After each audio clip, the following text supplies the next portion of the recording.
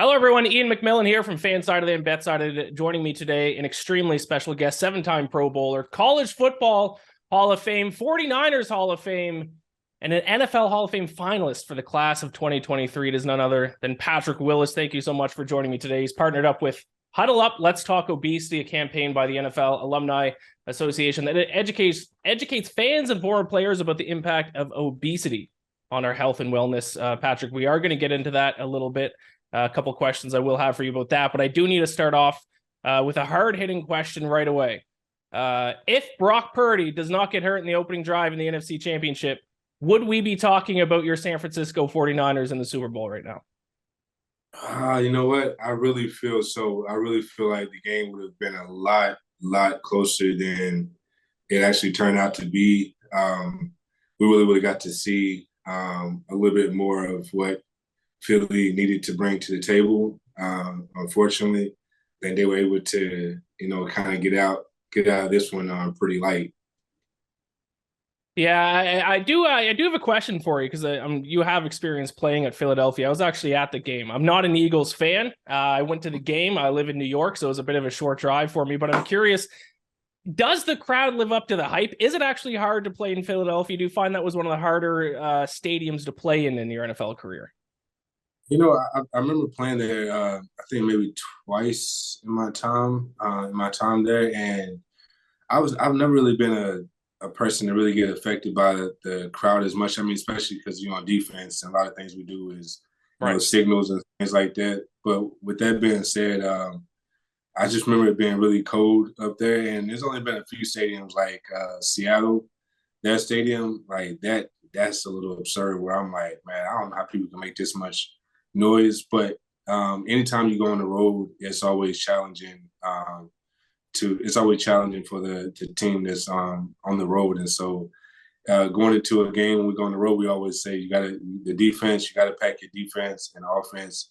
Just be solid. Don't turn it over with defense. You got to come with it. And them to lose their quarterback early as they did made it a lot tougher on the defense. But they competed the whole game. That's all you can ask for. Now, speaking of environments, you have played in the Super Bowl. Don't worry, I've forgiven you for beating my Atlanta Falcons on the way to that Super Bowl.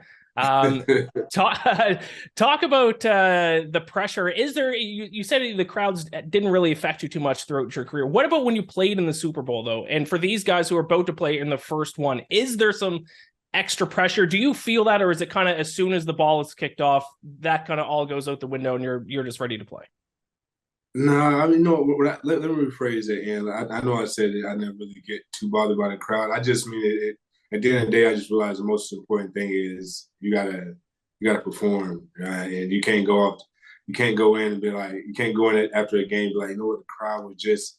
We don't get that luxury. At least I don't feel like I kind of luxury. With that being said, playing in that Super Bowl, I will say, man, it's something about every step, every rep, every play, everything is just it's in heightened. Like it's like in heightened, almost like you feel like you're running on air. Almost like it feels surreal. Like that's how it felt to me each play. And so, I would just tell those guys just take a deep breath, and most importantly, just try to be present and as always, just I know you haven't been some have been there before, but if you haven't, just act like you've been there before. Right. I don't know how you get there, but yeah, it's something different. It really is something different. Now, I do want to talk a little bit more about your 49ers here. They have gotten very close the past few years. Another NFC Championship game. Is there something specific that you see from that team that they need to do to be able to get over that hump? Or is it just a matter of, hey, they got the guys. It's just a matter of, not having your quarterback get hurt on the opening drive of the game. What's your take about the 49ers season as a whole and kind of what they need to do heading into next year? Yeah, I mean, I feel like, given what happened to them at the quarterback position and how they thought it was going to start and maybe play out, it played out in a way that none of us would have, really imagined. And so, I feel like with them going into this offseason, things are really going to be different. Teams are never the same after each season, no matter how much you want them to be. Everybody wants the team to come back and be exactly what it was. Unfortunately, there are some guys that if you was paying close attention, and it's always like this, but ones I can say for sure, like Jimmy, he took less money to stay one more year because he felt that that was a year that they can actually go win it. And now to lose your defensive coordinator, to possibly lose a guy like Jimmy, and possibly some of the other guys, it's not going to be that same nucleus of what you had. And so, with that being said, I think they really just have to go into the off season and really just, you know what you got at your all pro positions or whatnot, but then really try to figure out like, all right, what direction we're going to go in the spaces we need to fill. Are we going to go young or we're going to go older? But like I said, it's not going to be the same. But the Niners do a great job of when one man goes down or another person leaves, they find a way to get some greater people in, and so they just got a great defensive minded caliber coach and Mr. Steve Wilkins, or not Wilkins. Wilkes. So yeah, Wilkes, and so yeah, just gonna have to be one of those off seasons where they just take a deep breath and just realize like, man, it's not gonna be the same. We got a lot of questions in certain places, but I'm sure they'll figure it out. Now, it wouldn't be a Super Bowl week interview without me asking you your pick for the game. So I don't know if you look at the betting odds at all. That's kind of where my background is. Eagles 1.5-point favorite. So it's going to be a close game regardless. So who are you looking at? Who's your pick to win the Super Bowl this weekend? I am picking the Philadelphia Eagles just because I feel like the Philadelphia Eagles will have the most complete team. They have the most complete team. I feel like they have this something about them this year where they just like, you know what, we're not losing this game. And sometimes you can have there's people that you can have talent, but then you have people that have that will. And sometimes the person who have a will stronger than the person who has talent will win. And I think Philadelphia can be that team. However, man, going against Mahomes is like how you go against Brady or Peyton. Or Drew, you just don't really do it. You just like, man, I don't know, because this person right here can just, man, he's something special. But with that being said, I am gonna go with Philly. I think Philly is gonna bring it home, and I'm a Jalen Hurts. I'm both those guys fans. I'm a fan of football, but man, I've been a fan of Jalen Hurts since watching him in college, and even his first year with first 1-2 years with the Eagles when they were trying to. I feel like when they had Nick Foles and Carson Wentz, or maybe Carson Wentz it was. And I remember being like, man, what they waiting on, man? They need to put Jalen Hurts in, man. He come from the SEC. It's just something about his swag, the way I just feel like he just had what it took to like get it done. And now to see him, like I'm happy for him. So rooting for him.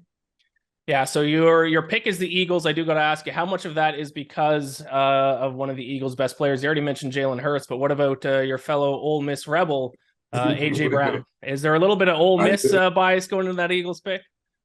You know, I just thought about that on the way to the house today. This morning, I was driving, and I started thinking about this Super Bowl game for some reason, and AJ and that popped in my. I was actually thinking about Ole Miss, and AJ popped in my head, and I was like, oh man, they got AJ, and not only that, but they also got Devontae Smith. I think it is. Is that him, the receiver out of Alabama? And I'm like, man, they got some SEC guys, man. But so yeah, so a little bit of I'm rooting for him as well, because I'm a firm believer that when one win, we all win. So he wins the Super Bowl, he come back to Ole Miss, and if I just happen to be there, I feel like I get to get some of that love too, just because you're around it or whatnot. So yeah, AJ Brown's projected receiving yards for this game 72.5. So I think it's fair to say we're going to take the over on that one. Really? Over? Yeah. I'm trying to think who they. Yeah, I'm trying to think who they got to. Yeah, I don't know. You got to back your Ole Miss Rebel on that. Yeah. I mean, I want to. That's the thing. I just found out that you can say over or under on like touchdowns and stuff like that. Yes. I was wondering what the Chiefs had, but Yeah. That offense is gonna get it done. Yeah, Eagles offense. I think the Chiefs have two rookies starting at cornerback, so it could be a big game for AJ Brown. But Yeah. I do got one more question here for you before we get into the Let's Talk Obesity campaign. Super Bowl MVP. Obviously, the obvious answers for that would be Jalen Hurts or Patrick Mahomes. But you being a defensive player, I want to get: are there any defensive players playing in this game that you would look at for Super Bowl MVP? Possibly Hassan Reddick out of the Eagles. Any defensive players you'd be looking at to potentially win that? I think you just said the name. I'm not super familiar because I'm not super familiar with the defensive players. I know that Eagles have some veteran guys on their line, defensive line, but I did hear and got to find out real quick. I've always heard about him, not being in the league. I always heard about the name. Yes. Hassan Reddick. Yeah. Turn on the TV, the NFC Championship game, and see him just say like pretty much just do what he gonna do. I said, okay, all right, I like him. So he would be a person I most definitely would keep my eye out on. That's like looking at. I don't want to compare him and Donald or J.J. Watts and any of them guys, but he's in that caliber. You're like, all right, where is he at? Yeah. Make sure it's don't have no free run, and even then, he still can make things happen. So looking at him to have a big game, really that's the power of their team is that front. As any good defense, you have a heck of a front, then the back end can jump some routes. The linebackers can play pretty solid in where they are. So yeah, I'm looking forward to him having a big game. But again, if the Chiefs are smart, I'm talking too much. I'm about to start breaking it down like the Chiefs are smart. They'll do what they did to the Niners with Bosa. They keep him going lateral, try to keep him tired, not let him just come up the field and whatnot. But we'll see. Interesting. And that strategy certainly worked against them. So we'll see if they'll implement that again for the Super Bowl. Let's talk about the Huddle Up, Let's Talk Obesity campaign. What can you tell me about it?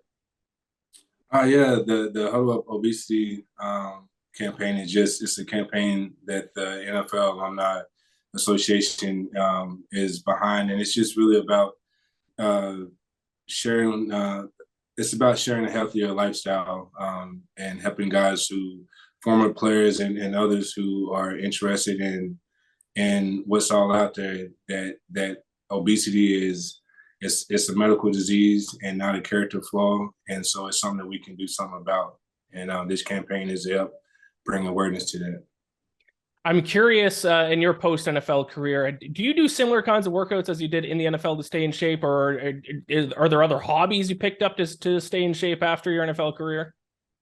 Yeah, I mean, when I first retired, I still had a little bit of that, that regiment, that football lifting regiment in me, and every now and then I still do a little bit. I can't do as much as I used to, when body won't let me do that much, but I try to find different alternatives to just stay active. Again, I'm a firm believer, and now being retired 8 years, that you can't let the body get too far going, or else like that's when other things start creeping in and making everything else